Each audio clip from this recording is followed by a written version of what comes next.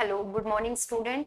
आज हम सीडीएस के जनरल साइंस का 2016 का फर्स्ट पेपर सोल्व करेंगे। सबसे पहले क्वेश्चन है, a piece of ice 100 gram in mass is kept at 0 degrees Celsius. The amount of heat is required to melt at 0 degrees Celsius is taken latent heat of melting of ice to be 3.6 joule per gram. A piece of ice 100 gram in mass दिया है. The amount of heat required to melt at 0 degree Celsius, melting of ice is to be 333.6 joule per gram. आपको enthalpy भी दी है तो आपने heat को calculate करना है. तो हीट को कैलकुलेट कैसे करोगे? Heat equal to mass into change in enthalpy. Mass आपको दिया है, Q आपकी हीट एनर्जी है, H आपका हीट ऑफ फ्यूजन है. आपने क्या करना है, दोनों को मल्टीप्लाई करना है और आपके पास आंसर आ जाएगा 33360 जूल. Option C. ठीक है, चलें आगे. विच one of the following an example of chemical change. देखो, केमिकल चेंज और फिजिकल चेंज में दो चीजें याद रखनी है. फिजिकल चेंज जो है वो इरिवर्सिबल होता है, केमिकल चेंज आपका रिवर्सिबल होता है. दो पॉइंट्स कैच करने के लिए, अगर बर्निंग है, कोई चीज जल रही है, तो उसकी पूरी की पूरी फिजिकल एंड केमिकल प्रॉपर्टी क्या हो जाएगी, चेंज हो जाएगी. तो वो आपके केमिकल चेंज में आएगा. अगर कोई चीज मेल्ट हो रही है, बॉयल हो रही है, तो वो कंडेंस होके वापस आ सकती है उस स्टेट में, तो वो तुम्हारा फिजिकल चेंज होता है. ठीक है, तो जलने वाली चीज हमेशा तुम्हारी केमिकल चेंज में आती है. अगर कोई चीज मेल्ट हो रही है या बॉयल हो रही है, वो तुम्हारी किस में आती है, बॉइलिंग में. अगर एक फ्रूट है, अगर वो अपने उसको कट किया है सेंटर से, तो कट करने का मतलब क्या हुआ कि उसकी फिजिकल चेंज तो नहीं चेंज. फिजिकल चेंज क्या हुआ, दो पार्ट्स में कट कर दिया. केमिकल चेंज तो नहीं चेंज हुई उसकी. कैसे, एक सेब है, आपने कट करा, कट करने पे वो दो पार्ट्स में डिवाइड हो गया, पर है तो वो एप्पल ही रहा. ठीक है, वो एक फिजिकल चेंज है. अगर वो एप्पल पक जाता है, पकने के बाद उसकी कौन सी स्टेट होगी, वो उसका केमिकल चेंज होगा, क्योंकि उसकी सारी प्रॉपर्टी क्या हो जाएगी, चेंज हो जाएगी. उसके खाने का टेस्ट, उसकी फिजिकल प्रॉपर्टी, हर चीज चेंज हो जाएगी. तो वो तुम्हारा कौन सा चेंज आएगा, केमिकल चेंज आएगा. ठीक है, तो इसमें देखो, burning of paper, magnetization of soft iron, dissolution of cane sugar in water, preparation of ice cubes from water. तो मैंने अभी बताया केमिकल चेंज कौन सा चेंज होता है, जिसमें तुम्हारा अगर कोई चीज बर्न हो रही है तो उसकी सारी की सारी यानी फिजिकल और केमिकल प्रॉपर्टी क्या होती है, दोनों की दोनों चेंज हो जाती है. ठीक है, तो ऑप्शन ए इसका राइट आंसर होगा. Which of the following statement is not correct. कौन सी स्टेटमेंट जो है वो सही नहीं है. हाइड्रोजन इज एलिमेंट, एक एलिमेंट है, ठीक है. Hydrogen is the lightest element, ये भी सही है. हाइड्रोजन एक लाइटेस्ट एलिमेंट है. ठीक है. Hydrogen has no isotope. आपको पता है कि हाइड्रोजन के 3 आइसोटोप होते हैं, प्रोटियम, ड्यूटेरियम और ट्राइटियम. जो प्रोटियम होता है उसमें नंबर ऑफ न्यूट्रॉन प्रेजेंट नहीं होते, है ना. जो ड्यूटेरियम है, जिसको आप हैवी हाइड्रोजन बोलते हो, उसमें नंबर ऑफ न्यूट्रॉन कितने होते हैं, 1. जो ट्राइटियम है, जो रेडियो एक्टिव है, उसमें नंबर ऑफ न्यूट्रॉन कितने होते हैं, 2. ठीक है, तो हाइड्रोजन के 3 आइसोटोप होते हैं. चलो नेक्स्ट भी देख लेते हैं. Hydrogen and oxygen from an explosive nature, ये भी स्टेटमेंट ठीक है. तो कौन सी स्टेटमेंट आपकी सही नहीं है, ऑप्शन सी. ठीक है. Which one of the following statement is not correct. Atom of different element में have same mass number. Atoms of different element may have same mass number. Atoms of an element may have different mass number. All the atom of element have same number of proton. All the atom of element will always have same number of neutron. ये question बहुत बार repeat होता है. तो आपको पता है कि neutron हर किसी में सेम नहीं होते. आप खुद हाइड्रोजन की एग्जांपल ले लो कि हम ऐसे बोलते हैं कि पूरे पीरियोडिक टेबल में अगर पूछा जाए कि किसमें नंबर ऑफ न्यूट्रॉन प्रेजेंट नहीं होते, तो हम एग्जांपल देते हैं hydrogen.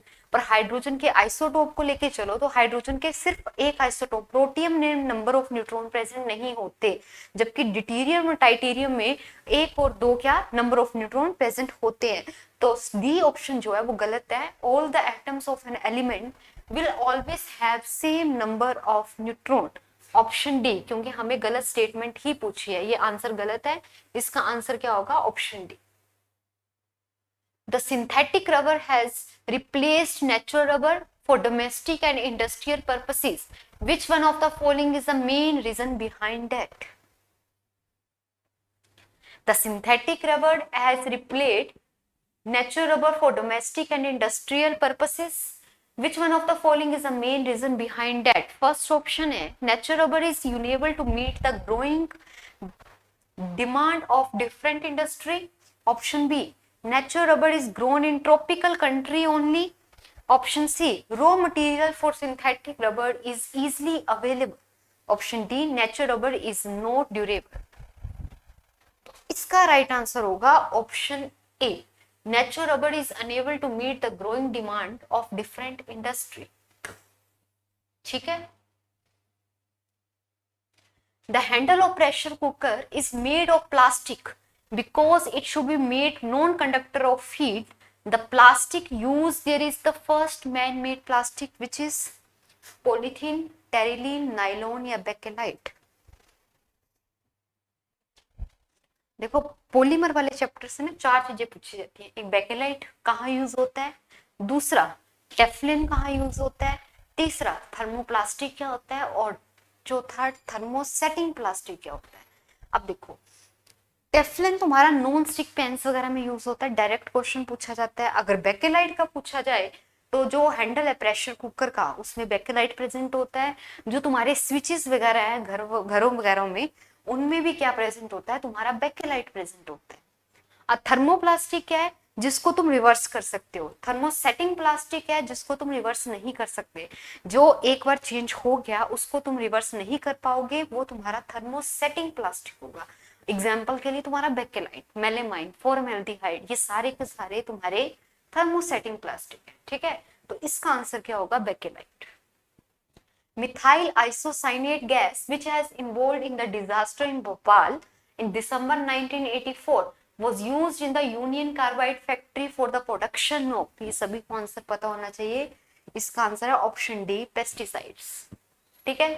Two systems are said to be in thermal equilibrium if and only if.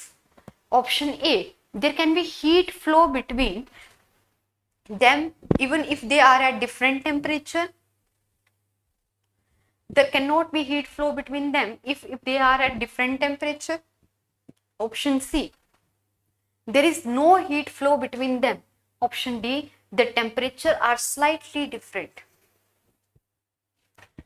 दो सिस्टम है और वो एक थर्मल इक्विलिब्रियम. इक्विलिब्रियम का मतलब क्या होता है? एक ऐसी स्टेट आ जाना जहां पे कोई भी चीज का एक्सचेंज नहीं होता, चाहे वो टेम्परेचर हो चाहे वो गैसेस हो, किसी भी चीज का एक्सचेंज नहीं होता, उसको आप बोलते हो इक्विलिब्रियम स्टेट. तो थर्मल इक्विलिब्रियम मतलब कोई भी टेम्परेचर पर्टिकुलर भी चेंज नहीं हो रहा, डिफरेंट टेम्परेचर भी नहीं होगा, एक फिक्स टेम्परेचर होगा और उसमें तुम्हारी हीट जो है वो एक्सचेंज नहीं हो रही होगी. वन सिस्टम से सेकेंड सिस्टम में तुम्हारी हीट भी एक्सचेंज नहीं होगी, उसको बोलोगे थर्मल इक्विलिब्रियम. तो ऑप्शन क्या होगा? There is no heat flow between them. ठीक है, सेम टेम्परेचर रहेगा, क्योंकि दोनों जो सेकंड स्टेटमेंट थी वो किस वजह से गलत हुई है, क्योंकि उसमें डिफरेंट टेम्परेचर लिख रखा है. और फर्स्ट डेफिनेशन में तो उन्होंने ये बोला है कि हीट भी एक्सचेंज होती है. ठीक है. German silver is used to make decorative article, coinage, metal ornaments. The name is given because it is an alloy of copper and contains silver as one of its component. German were the first to use silver. Its appearance is like silver, yeah, it is an alloy of silver. इसका right answer क्या होगा? Its appearance is like silver.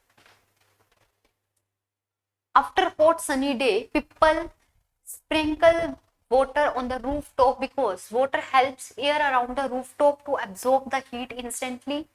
Water has lower specific heat capacity. Water is easily available. या water has large latent heat of vaporization.